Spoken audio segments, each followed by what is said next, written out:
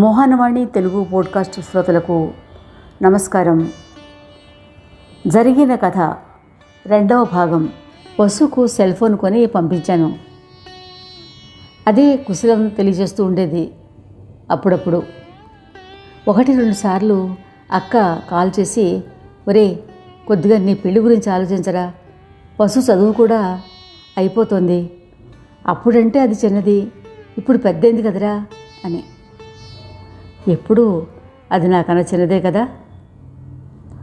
అక్క కూతురు పట్ల అటువంటి ఆలోచన లేదు నాకు ఇంతవరకు. పోనీ సంబంధాలు ఎవరూ చూపించట్లేదు బంధువులు. అందరికీ నేను దూరంగా ఉండటంతో అమ్మ తరపు వారు, నాన్నగారి తరపు వారు పెద్దవాళ్ళు అయిపోయారు. పిల్లలు ఎక్కువగా కలివిడిగా లేరు నాతో. పోనీ ఎవరినైనా నేను ఇష్టపడతానా?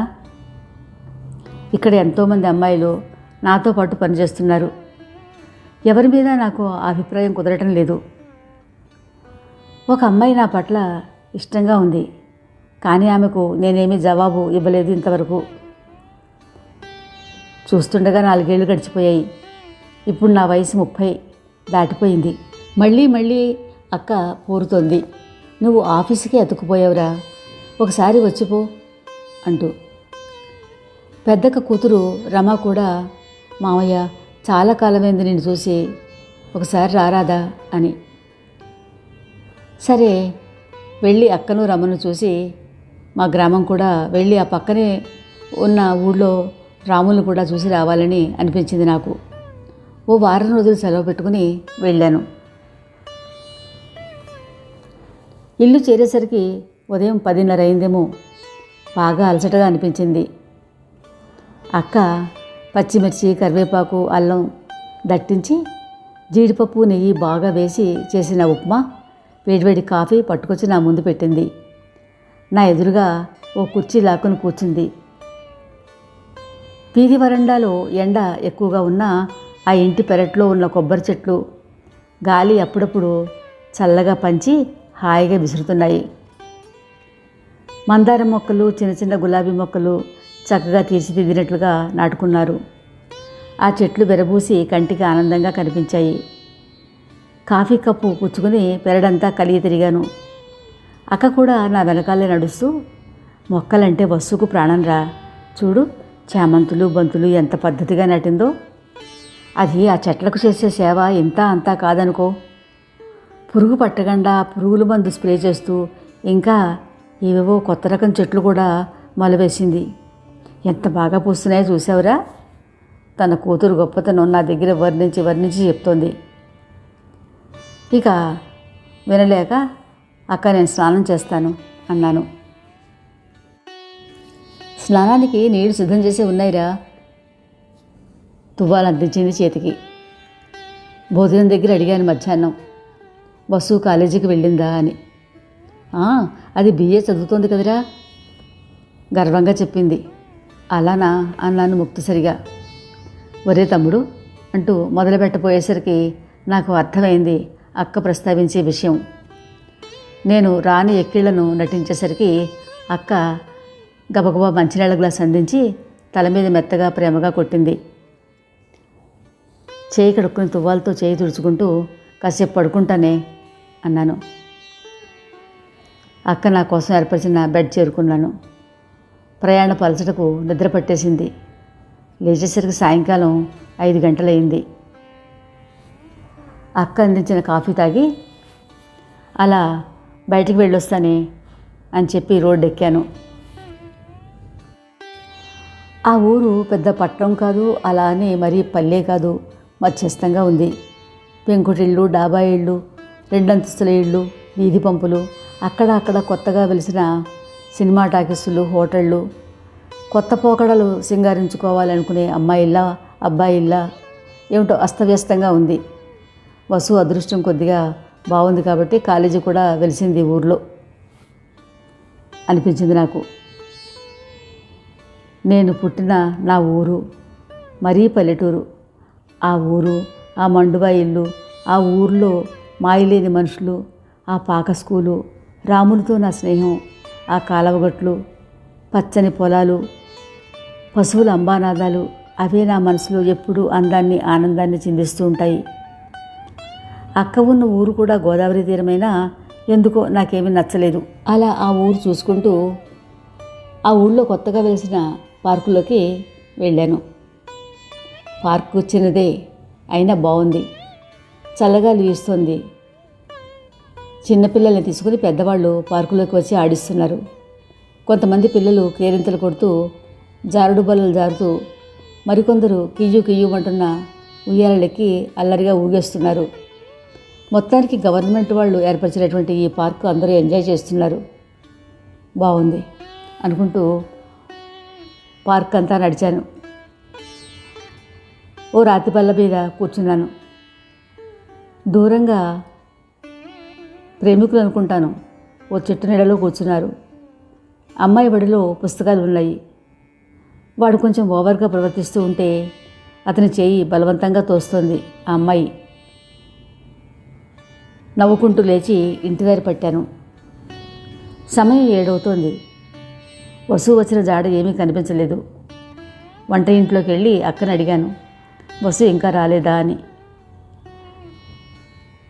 కాలేజీ నుంచి వాళ్ళ ఫ్రెండ్ ఇంటికి వెళ్ళి చదువుకుని వస్తుందిరా రోజును. కొంచెం లేట్ అవుతుంది, వచ్చే టైం అయింది. గుమగుమలాడే ఇంగువ పోపు పెట్టింది చారులో. ఇంతలో చెప్పులు టకటక శబ్దం చేసుకుంటూ పంజాబీ డ్రెస్లో పుస్తకాలు చేతపట్టుకుని గబగబా ఇంట్లోకి వస్తున్న వసు నన్ను చూసి గతుక్కుమంది. హై హీల్ చెప్పులు బెల్ట్ విప్పేసుకుని కొద్దిగా నవ్వు ముఖం పెట్టి ఎప్పుడొచ్చావు మామయ్య పలకరిస్తూ లోపలికి వెళ్ళిపోయింది, నా నుండి జవాబు ఆశించకుండా. ఇది 4 ఏళ్ల క్రితం చూసిన వసూయేనా అనిపించింది నాకు దాన్ని చూస్తూ ఉంటే. చాలా మారిపోయింది. పొడవాటి ఒత్తైన జుట్టు లేటెస్ట్ ఫ్యాషన్లో సగం చేయించుకుని విరబోసుకుంది. లంగా ఓణి వదిలేసి టైట్ పంజాబీ సూటు, చున్నీ లేదు. కాటుక బొట్టు సింగారించుకునే ముఖానికి ఆ 2 లేవు. ఓహో, ఈ కాలం అమ్మాయి అయిపోయింది కదూ కాలేజీలో చేరాక అనుకున్నాను. వసు లోపలికి రాగానే గుమ్మం ముందు నుంచి స్కూటర్ దూసుకు వెళ్ళిపోవడం గమనించాను. ఆ స్కూటర్పై వెళ్తున్న ఆ అబ్బాయి ఇంతకుముందు నేను పార్కులో చూసిన అతనిలా అనిపించాడు. తెల్లగా పొడవుగా ఉన్నాడు. పిచ్చుక గూడు పెట్టుకునేట్లుగా కత్తిరించుకున్న క్రాఫు. అయితే వసు ఆ అబ్బాయితో ఉన్నది? నా మనసులో చిన్నగా ప్రశ్న. కాకపోవచ్చు అని సర్దుకుని భోజనానికి లేచాను. వసుకు కూడా వడ్డించక్క అన్నాను. అది ఇప్పుడు తినదుట్రా, నాకు వడ్డించింది. అమ్మా నాన్నల కబుర్లు, ఆ ఊరు కబుర్లు చెప్పుకుంటూ భోజనం చేశాను. వసు మళ్ళీ నా ఎదురు పడలేదు. తన గదిలోనే ఉండిపోయిందనుకుంటాను. నాకు నిద్ర పట్టేసింది. పక్క గదిలోంచి సన్నగా వసు అక్కల సంభాషణకి మెలకు వచ్చేసింది. అక్క వసును చివాట్లు పెట్టడం వినిపిస్తుంది. ఊళ్ళో చదివే కదా అని నిన్ను కాలేజీలో చేర్పించాను. నీ చదువు సంగతి ఏమో కానీ మామయ్య వస్తాడు, ఇవాళ్ళైనా తొందరగా ఇంటికి రా అని మరీ చెప్పి పంపిస్తే ఈరోజు కూడా. అంటే వసు ఇంటికి ఎప్పుడు లేటుగానే వస్తుందా? అక్క ఇంకా ఏదో అంటూ వసుని గద్దిస్తోంది. గోడకు దగ్గరగా తిరిగి పడుకుని వింటున్నాను. ఏం మామయ్యకి ఏం లోటు? మంచి చదువు, బ్యాంకులో హోదాయిన ఉద్యోగం, బోలెడు జీతం, అందగాడు, పైగా వాడు నాకు స్వయాన తమ్ముడు. అత్త మామ ఆడబడుచు ఈ బాధ్యతలు బరువులు లేవు. టింగురంగా అంటూ తిరుగుళ్ళు మావయ్యతోనే తిరగచ్చుగా. నాకు ఇష్టం లేదని చెప్పాను కదమ్మా.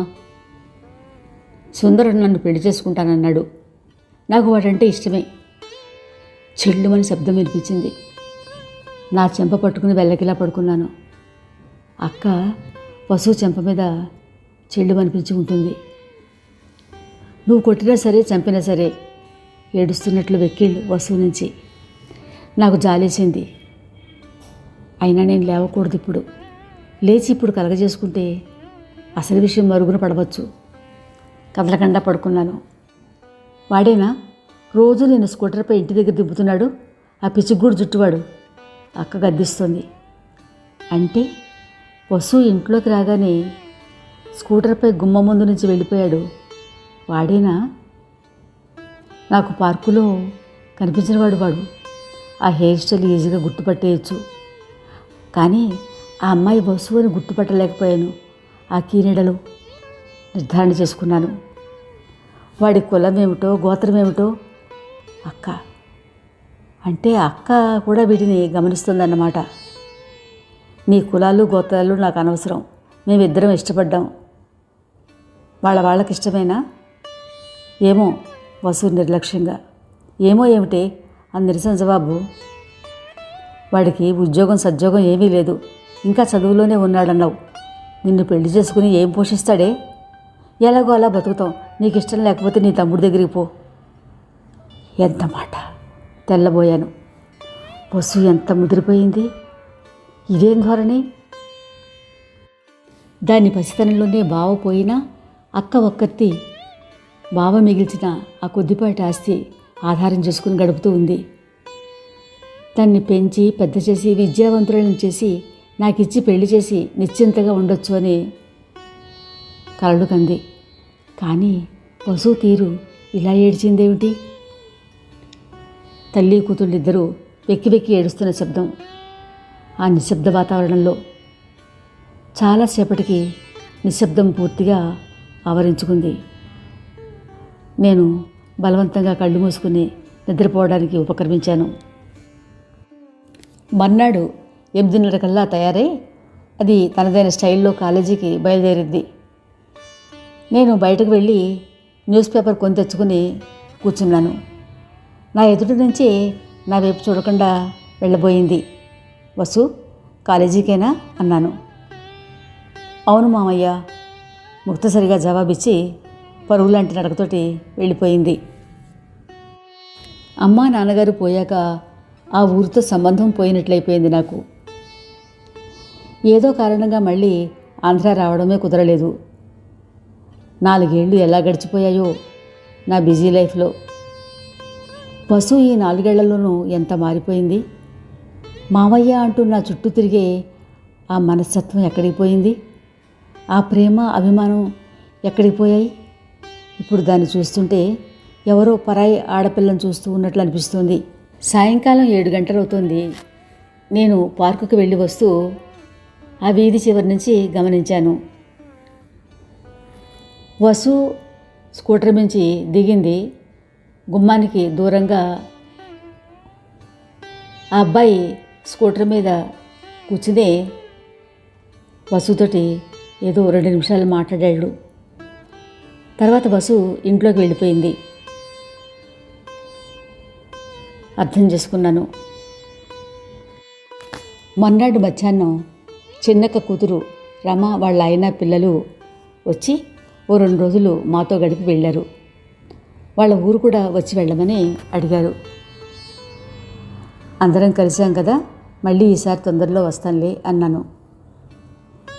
వాళ్ళు వెళ్ళాక ఆ రాత్రి అక్క మళ్ళీ భోజనం దగ్గర నా పెళ్లి ప్రస్తావన లేపింది. ఏరా మరి, నీ మీదే నేను ఆశలు పెట్టుకున్నాను. అమ్మా నాన్నలు పోయారు, పెద్దక్క ఎప్పుడో పోయింది. నీ బావ కూడా పోయాక నేను ఒంటరిదాన్ని అయ్యాను. నువ్వు ఊ అనగానే నీకు ఇచ్చి పెళ్లి చేసి నా జీవితం మీ దగ్గరే గడిపేయాలనే గంపెడాస్తూ ఉన్నాను. నువ్వు సరేనంటే ఈ ఏడాది మీ ఇద్దరికి ముడిపెట్టి నేను నిశ్చింతగా ఉంటాను. బస్సుని అడిగావా? నా ప్రశ్న. దాన్ని అడిగేదేముందిరా, అది నిన్ను ఎరగదా ఏమి? కానీ అక్క, అది నాకన్నా చాలా చిన్నది. అందులోనూ దాన్ని చిన్నప్పుడంతా ఎత్తుకుని ఆడించాను. వసువు పట్ల నాకు ఆ భావం లేదు. దానికి మంచి సంబంధం చూసి పెళ్లి చేద్దాం. ఈ ఏడాదితో దాని చదువు పూర్తవుతుందిగా. దానికి మంచి చెడు చెప్పి కాస్త గమనిస్తూ ఉండు. వయసు వచ్చిన పిల్ల. అక్క ముఖంలో కత్తివాటుకు నెత్తురు చుక్క లేదు. వేడివేడి నెయ్యి నా చేతి మీద జార్చేసింది. అక్క అంటూ గట్టిగా అరిచాను. అక్క తేరుకుంది. అక్కడే ఉన్న జగ్గులో నా చెయ్యి ముంచేసింది. పర్వాలేదు లేక మంట అది తగ్గిపోతుంది, బొబ్బలెక్కలేదుగా అని మజ్జిగ పోయించుకొని తినేసి లేచిపోయాను. అక్క చిన్నబుచ్చుకుంది. వసు ప్రవర్తన తెలిసిన ఆ విషయం దాచిపెట్టి బలవంతంగానైనా వసును నాకు కట్టబెడదామన్న అక్క ఆలోచన నా మనసును నొప్పించింది. అయినా వసు విషయం ఎలా పరిష్కరించాలో ఇప్పటికిప్పుడు నాకు తెలియటం లేదు. అక్క దాని ప్రవర్తన గురించి వివరం ఇలారా అని చెప్తే నేనేమైనా పరిష్కార ప్రయత్నం చేసేవాడినేమో. ఇలాంటి విషయాల్లో నాకు అనుభవం లేదు. సరే, ఎలాగైనా అబ్బాయి గురించి ఎంక్వైరీ చేయాల్సిందే. ఇక 4 రోజుల సెలవు మాత్రమే ఉంది. సెలవు ఎక్స్టెండ్ చేయడానికి వీల్లేదు. ఇంకా రాముల్ని చూడలేదు. ఒక్కరోజు రాములతో గడిపి అట్నుంచి వెళ్ళిపోదామనుకున్న నాకు ఆ ప్రయాణం ఆపుకోవాల్సి వచ్చింది. ఎందుకంటే వాడి తల్లి చనిపోయాక వాడు ఆ ఇల్లు పొలం అమ్మేసి విజయవాడ వెళ్ళిపోయాడని, అడ్రస్ తెలియదని అక్క చెప్పడంతో. మర్నాడు 1 గంటలో నా ప్రయాణం. వసు ఇంట్లో ఉండి కూడా బయటకు రాలేదు. వసు, నేను వెళ్తున్నానే అని నేనే ఒక కేక వేశాను చనువుగా. గుమ్మం బయటకు వచ్చింది. 1 నిమిషం నుంచుని లేని నవ్వును ముఖం మీద పులుముకొని, సరే మామయ్య అంది. ఫోన్ చెయ్యి, అప్పుడప్పుడు బాగా చదివి ఫస్ట్ క్లాస్లో పాస్ అవ్వు అన్నాను. చిన్నగా నవ్వింది. మరో నిమిషం గుమ్మలో నుంచుని వెళ్ళిపోయింది. రేపు ఇదే సమయానికి మన మోహనవాణి ద్వారా జరిగిన కథ 3వ భాగం విందాం. శ్రోతలకు ధన్యవాదాలు. స్వస్తి.